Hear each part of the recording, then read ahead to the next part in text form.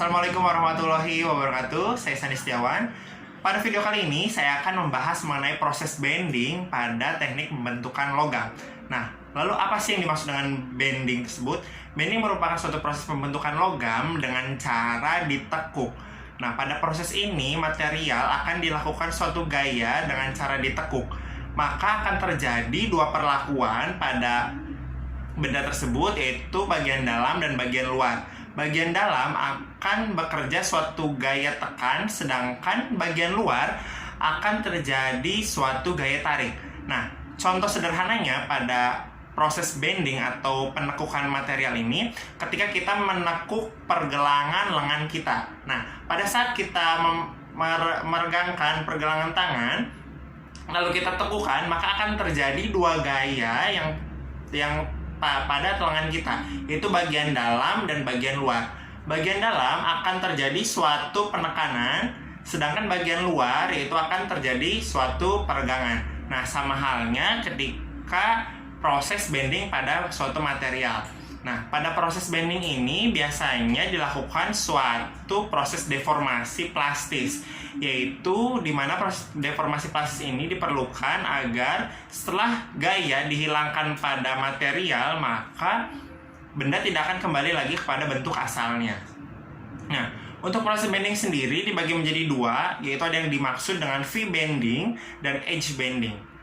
Lalu, apa sih yang dimaksud dengan V-bending dan edge-bending itu? V-bending sesuai namanya yaitu proses penekukan dengan membentuk suatu material sehingga berbentuk seperti huruf V. Nah, pada proses ini antara dice dan punch yaitu berbentuk V.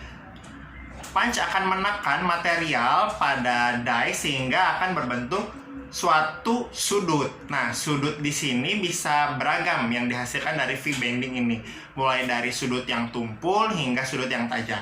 Dan biasanya pada proses V-bending ini dilakukan untuk proses produksi yang rendah.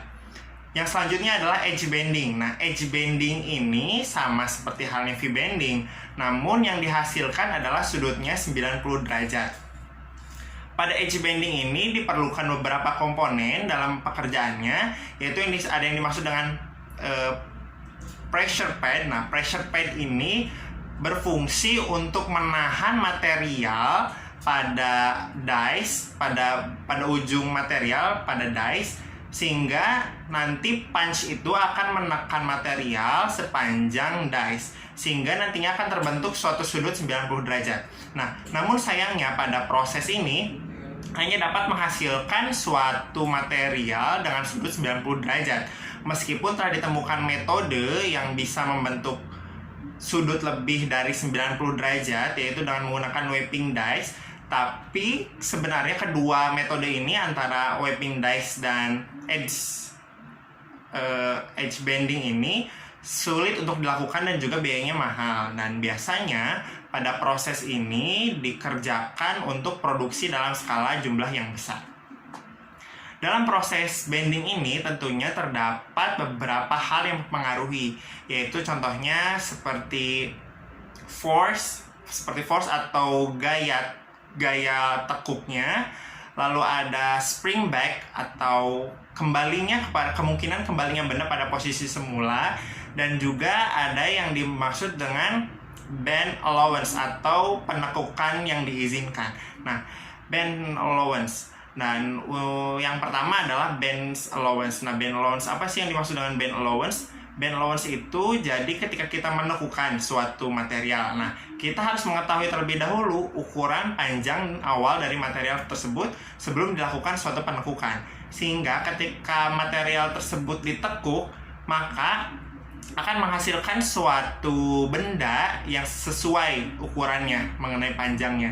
Karena apabila kita menekuk material, maka seperti yang telah disebutkan sebelumnya akan terjadi dua perlakuan, yaitu gaya tekan dan regangan, sehingga nantinya akan mempengaruhi dari dimensi material tersebut.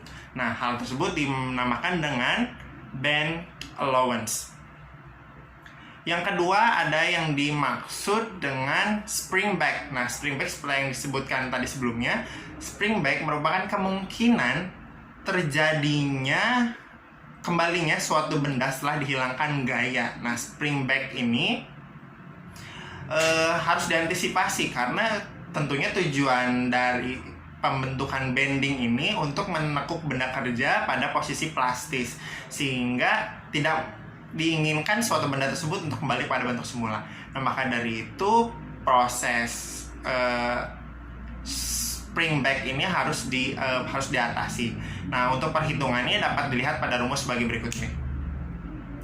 Yang terakhir yaitu ada yang dimaksud dengan force bending atau gaya tekuk pada bending. Nah, gaya tekuk pada bending ini juga dipengaruhi oleh dies, punch, dan juga spring pad tadi, dan juga material tentunya. Nah, jadi dalam gaya tekuk ini dipengaruhi juga oleh ketebalan material dan panjang material, dan keseluruhannya itu saling berhubungan. Lalu bagaimana dengan benda yang dihasilkan oleh proses bending ini? Nah, sebenarnya seperti yang telah disebutkan bahwa benda dalam proses bending ini dapat kita temukan dalam kehidupan sehari-hari. Contoh sederhananya adalah pada bodi motor ataupun mobil sebagai kendaraan yang kita gunakan sehari-hari, ataupun pada klip kertas. Nah, klip kertas ini sering kita gunakan ya. Nah, klip kertas ini salah satu benda dari penerapan proses bending. Dan untuk kekurangan dari proses bending ini, yaitu sangat disayangkan masih adanya kemungkinan suatu benda setelah dilakukan proses penekukan akan kembali lagi kepada posisi awal. Nah, hal itulah yang menjadi suatu kekurangan dari proses bending ini. Nah, mungkin cukup sekian yang dapat saya jelaskan mengenai proses bending atau penekukan pada suatu material. Semoga video ini bermanfaat. Wassalamualaikum warahmatullahi wabarakatuh.